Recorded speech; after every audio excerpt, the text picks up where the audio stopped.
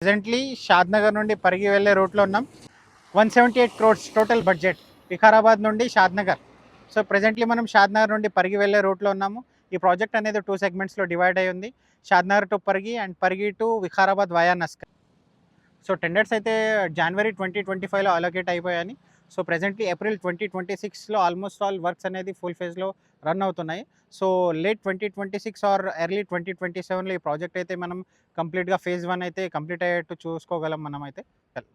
So మనకు basically Parigi నుండి Shamshabad airport 75 kilometres అవుతుంది. సో ఈ రోడ్ ఈ 4 లైన్ వైడనింగ్ వల్ల మనకు అనేది ఒక 30 కిలోమీటర్స్ అనే డిస్టెన్స్ అయితే షార్టన్ అయిపోతుంది. సో హాఫ్ ద టైం అనేది మనకు సేవ్ అయిపోతుంది. హైవేకి ఇండైరెక్ట్లీ కనెక్టివిటీ ఫ్రమ్ వికారాబాద్ అంటే ఇది ఒకటే రూట్ ఉంది. సో దీన్ని 4 లైన్గా వైడన్ చేయడం వల్ల సో చాలా బెనిఫిట్ అవుతుంది అండ్ రోడ్ షార్టనింగ్ అవుతుంది. సో RRR అలైన్మెంట్ కూడా ఇదే రూట్లో ఉంది కాబట్టి సో మనకు డిస్టెన్స్ అనే ట్రావెల్ టైం అనేది చాలా సేవ్ అవుతుంది. సో ఈ డేటా అనేది R&B and Telangana government official వెబ్సైట్లో మీరు చూసుకోవచ్చు. సో మోస్ట్లీ 75 కిలోమీటర్స్ స్ట్రెచ్ అనేది to Shamshabad from Parigi. So 30 kilometres అనేది మనకు షార్టన్ అవుతుంది. So time saving, travel saving అవుతుంది.